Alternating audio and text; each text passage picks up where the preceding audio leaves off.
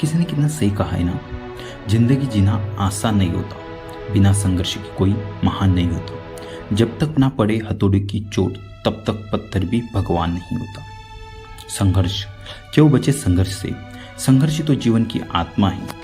जितना कठिन संघर्ष होगा उतनी ही शानदार जीत होगी। एक बार एक किसान भगवान से बहुत ही नाराज हो गया। किसान बहुत मेहनती था। बहुत मेहनत से वो खेतों में अनाज उगाता था, उसकी देखभाल करता, पर अक्सर उसकी फसल खराब हो जाती। कभी सूखा पड़ जाता, कभी बाढ़ आ जाती, कभी तेज धूप, कभी आंधी, कोई ना कोई कारण बन ही जाता और उसकी फसल खराब हो जाती।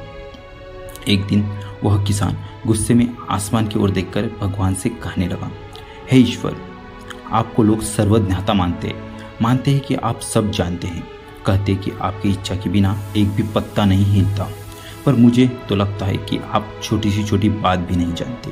आपको तो यह भी नहीं पता कि खेती बाड़ी कैसे करते हैं। अगर आप जानते होते तो हर समय जो आप बाढ़, आंधी और तूफान भेजते हैं और कभी नहीं भेजते। आप नहीं जानते कि कितना नुकसान उठाना पड़ता है हम किसानों को। यदि आप मेरे हाथों में यह शक्ति दे दे कि जैसा मैं चाहूँ वैसा मौसम कर दूँ, तो फिर देखना, आप अन्न के भंडार लगा दूंगा।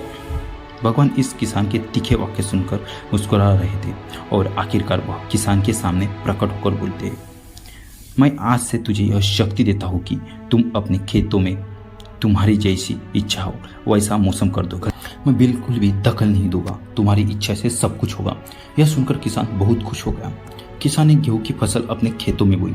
जब उसे लगा कि खेतों में धूप चाहिए तो खेतों में धूप मिली। जब पानी बरसाना चाहा तभी पानी बरसा।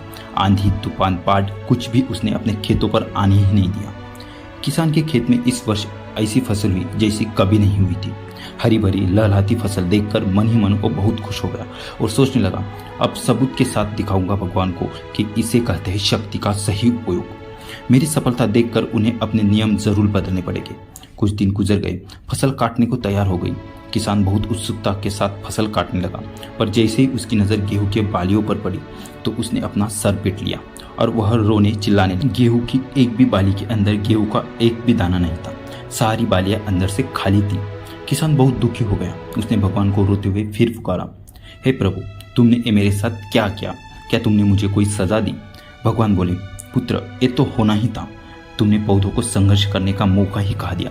ना तो तुमने उन्हें आंधियों से जूझने दिया, ना तेज बारिश सहन करने दिया और ना ही धूप में तपने दिया।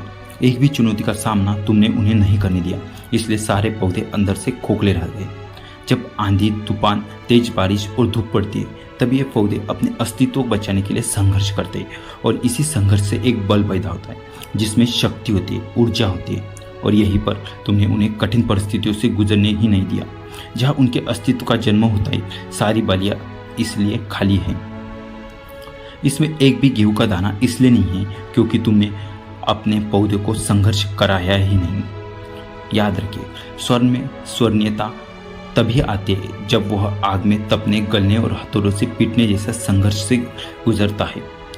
कोयले का टुकड़ा हीरा तभी बनता है जब वह उच्च दाब और उच्च ताप की मुश्किल परिस्थितियों से गुजरता है। इसी तरह यदि हमारी जिंदगी में कोई संघर्ष ही ना हो, कोई चुनौती ही ना हो, तो हम भी गेहूं की बालियों की तरह खोखले रह जाएंगे। कोई अस्तित्व ही नहीं रहेगा हमारा। विपरीत परिस्थितियाँ, चुनौतियाँ, समस्याएं हमें और अधिक निखारती है। यदि जीवन में कठिन परिस्थितियाँ और चुनौतियाँ आए तो घबराना मत, बल्कि सामना करना, विश्वास करना कि आप और अधिक निखर जाओगे और अधिक मजबूत बन जाओगे।